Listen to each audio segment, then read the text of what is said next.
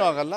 ಏನಾದರೂ ಹಂಗಾದ್ರೂ ಗೆದ್ದು ಬರ್ತಾರೆ, ಅದೇನು ತೊಂದರೆ ಇಲ್ಲ. ಇನ್ನೂ 4 ವರ್ಷ ಮಾಡ್ಕಿಂತ ಕೂತ್ಕೊಳ್ಳೋಕೆ ಕೇಳಿ, ಏನು ತೊಂದರೆ ಏನಿಲ್ಲ, ಮಾಡಲಿ, ನೋ ಪ್ರಾಬ್ಲಮ್.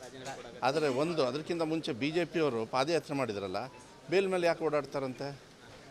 ಕುಮಾರಸ್ವಾಮಿ ಅವರು ಯಾಕೆ ಬೇಲ್ ಮೇಲೆ ಇದ್ದಾರಂತೆ? ಯಾಕೆ ಮುನಿರತ್ನಮ್ಮ ಒಳಗಡೆ ಇದ್ದಾರಂತೆ? ಆ ಹೊಲಸು ನಾಚಿಕೆ ಆಗಲ್ಲ? ಅದ್ರ ಬಗ್ಗೆ ಮಾತಾಡಬೇಕು. 12 ವರ್ಷದ ಹಿಂದೆ ಇರ್ತಕ್ಕಂಥ ವಿಚಾರಗಳನ್ನು ತೊಗೊಂಬಂದು ಹೊಲಸು ಮಾಡಿ. ಯಾಕಂದರೆ 5 ವರ್ಷ ಮಧ್ಯೆ 5 ವರ್ಷ ಕಂಪ್ಲೀಟ್ ಮಾಡಿ ಮತ್ತೆ 5 ವರ್ಷಕ್ಕೆ ಈಗ ಕಾಂಗ್ರೆಸ್ ಪಕ್ಷ ಬಂದಿಲ್ಲ ಈಗ. ಮತ್ತು ಸುಮ್ಮನೆ ಇಲ್ಲದೆ ಇರೋದನ್ನ ಆಮೇಲೆ BJPಯವ್ರು ಹೇಳಿದ ತಕ್ಷಣ ನಾವು ಕೊಡ್ಬೇಕಂತ ಏನಿಲ್ಲ. ನಮ್ಮನ್ನು ಗೆಲ್ಸೋರು ಈ ರಾಜ್ಯದ ಜನರು. BJPಯವ್ರನ್ನ ಸೋಲ್ಸಿರೋರ ಮಾತನ್ನ ಕೇಳಬಾರ್ದು ಅಂಥೇಳಿ ರಾಜ್ಯದ ಜನರು ಹೇಳಿದ್ದಾರೆ. ಸೊ ನೀವು ಇನ್ಮೇಲೆ ಅದ್ರ ಬಗ್ಗೆ ಪ್ರಶ್ನೆ ಕೇಳಕ್ಕೆ ಹೋಗ್ಬೇಡ್ರಿ. ಎಷ್ಟು ಜನಪ್ರತಿನಿಧಿಗಳು ಬೇಲ್ ಮೇಲೆ ಓಡಾಡ್ತಾ ಇದ್ದಾರಪ್ಪ?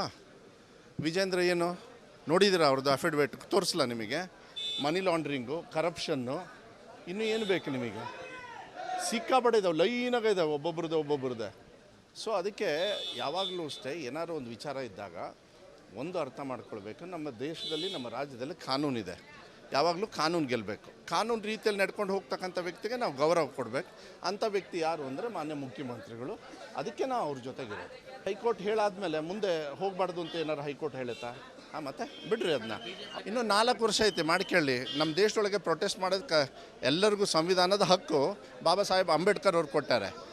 ಅಂಬೇಡ್ಕರ್ ಅವ್ರದ್ದು ಫೋಟೋನ ಆಚೆ ಹಾಕಿದ್ರಲ್ಲ BJPಯವರು, ಅವರಿಗೆ ಆ ಹಕ್ಕನ್ನು ಕೊಟ್ಟಿರೋದು ಅವರೇ. ಇವತ್ತಾದರೂ ಉಪಯೋಗ ಮಾಡ್ಕೊಳ್ಳಿ ಅವರು. ಅದನ್ನ ಭಾಳ ಫಾಸ್ಟಾಗಿ ಮಾಡ್ತಾಯಿದ್ದೀವಿ. ಒಂದು 5,000 ಜನರು ಎಸ್ಪೆಷಲಿ ಹೈದರಾಬಾದ್ ಕರ್ನಾಟಕ ಏರಿಯಾಗೆ ಮುಂದಿನ ತಿಂಗಳು ಒಳಗೆ ಆ ನೇಮಕಾತಿ ಪ್ರಕ್ರಿಯೆ ಸ್ಟಾರ್ಟ್ ಮಾಡಬೇಕಂತ ಇದ್ದೀವಿ. PUCದು ಕೂಡ ಒಂದು 8,000 ಚಿಲ್ಡ್ರೆ ಲೆಕ್ಚರರ್ ಅವ್ರದ್ದು ಕೂಡ ಕ್ಲಿಯರ್ ಮಾಡ್ತಾಯಿದ್ದೀವಿ. ಮತ್ತು ಹೆಚ್ಚು ಒತ್ತನ್ನು ಯಾದಗಿರಿಗೆ ಬಂದಿರೋದು, ರಿವ್ಯೂ ಮಾಡ್ತಾ ಇರೋದು. ಗುಲ್ಬರ್ಗಕ್ಕಿಂತ ಯಾದಗಿರಿಗೆ ಯಾಕೆ ಹೋಗ್ತಾ ಇದ್ದೀನಿ ಅಂದರೆ ಅಲ್ಲಿ ಒತ್ತನ್ನು ಕೊಡಬೇಕು ಅಂಥೇಳಿ, ಬರೀ ಈ ಕಡೆ ಮಾಡಬಾರ್ದು, ನಾನೇ ಅಲ್ಲಿ ಬರ್ತೀನಿ ಅಂತೇಳಿ ಇವತ್ತೆಲ್ಲ ಹೋಗ್ತಾ ಇದ್ದೀನಿ. ಪೌಷ್ಟಿಕತೆಯೂ ಇಂಪಾರ್ಟೆನ್ಸ್ ಇರೋದ್ರಿಂದ ಅಲ್ಲಿಗೇ ನಾನು ಒತ್ತನ್ನು ಕೊಡ್ತಾಯಿದ್ದೀನಿ. ಇಲ್ಲ, ಅದು ಪ್ರಕ್ರಿಯೆ ಇದೆ, ಅದನ್ನ ಸಿಂಪ್ಲಿಫೈ ಮಾಡ್ತಾ ಇದ್ದೀವಿ. ಅದನ್ನು ಏನಾಗೋದು, ಮುಂಚೆ ಎಲ್ಲ ಬೇರೆ ಅವ್ಯವಹಾರಗಳು ನಡೆಯೋದು, ಅದನ್ನೆಲ್ಲ ಸ್ಟ್ರಿಕ್ಟ್ ಮಾಡಬೇಕು. ಇಲ್ಲಾಂದರೆ ಏನಾಗ್ತದೆ, ಸರಿ ಆಗೋದಿಲ್ಲ. ನನಗೂ 10 ಶಾಲೆಗಳಿದ್ದಾವೆ.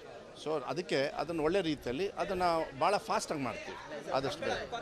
ಅಲ್ಲ ರೀ, 9 ವರ್ಷ ತಗೊಳ್ದೇ ಇರೋದನ್ನ ಮಧು ಬಂಗಾರಪ್ಪ 5 ವರ್ಷಕ್ಕೆ ಮಾಡಿದಾನಲ್ಲ, ಅದಕ್ಕೆ ಥ್ಯಾಂಕ್ಸ್ ಹೇಳಲ್ಲ. ಲೇಟ್ ಆಗ್ತಾಯಿದೆ ಏನಿದು? ಮೋಸ್ಟ್ಲಿ ನೀವು ಅರ್ಜಿ ಹಾಕೋರಿಗೆ ಕಾಣಿಸ್ತೀರ. ಅದಕ್ಕೆ ನೀವು ಎಲ್ಲದನ್ನೂ ಬ್ಯಾಲೆನ್ಸ್ ಮಾಡ್ತೀವಿ. ಇದು ಸುಮಾರು ವರ್ಷದಿಂದ ಕ್ಯಾರಿ ಫಾರ್ವರ್ಡ್ ಆಗಿರೋದು. ಸೊ ನನ್ನ ಸಮಯದಲ್ಲಿ ಎಲ್ಲ ಸರಿ ಮಾಡ್ತಕ್ಕಂಥದ್ದು, ಸಮಾನತೆ ತರ್ತಕ್ಕಂಥದ್ದು, ಅಕ್ಷರ ಆವಿಷ್ಕಾರ ಅಂತ ಒಂದು ಕಾರ್ಯಕ್ರಮದಲ್ಲಿ ಇಡೀ ರಾಜ್ಯದಲ್ಲಿ, ಇಲ್ಲಿ ಪಕ್ಕದಲ್ಲೇ ಶರಣ್ ಅವರು ಇದ್ದಾರೆ, ನಿಮ್ಮ ಕ್ಯಾಮ್ರಾಗೆ ತೋರಿಸ್ತಾ ಇಲ್ಲ, ಹೈಯೆಸ್ಟು ಸಿದ್ದರಾಮಯ್ಯ ಅವ್ರ ಸರ್ಕಾರದಿಂದ ಇವತ್ತು ಏನೋ ಆರ್ಟಿಕಲ್ ಸ್ಪೆಷಲ್ ಗ್ರಾಂಟ್ ಇದೆ, ಅದ್ರ ಮೇಲೆ ಅವ್ರಿಗೆ ಸಿಗ್ತಾ ಇದೆ 75, 80, 100 ಕೋಟಿ. ಯಾಕೆ ಮಾಡ್ತೀವಿ? ಅದರೊಳಗೆ 25% ಯಾಕೆ? ಅಜಯ್ ಸಿಂಗ್ ಅವರು ಅದಕ್ಕೆ ಅಧ್ಯಕ್ಷರಿದ್ದಾರೆ. ಯಾಕೆಂದರೆ ಒತ್ತನ್ನು ಕೊಡಬೇಕು. ಈ ವಿಡಿಯೋ ನಿಮಗೆ ಇಷ್ಟವಾದಲ್ಲಿ ಲೈಕ್ ಮಾಡಿ, ಶೇರ್ ಮಾಡಿ, ಸಬ್ಸ್ಕ್ರೈಬ್ ಮಾಡಿ.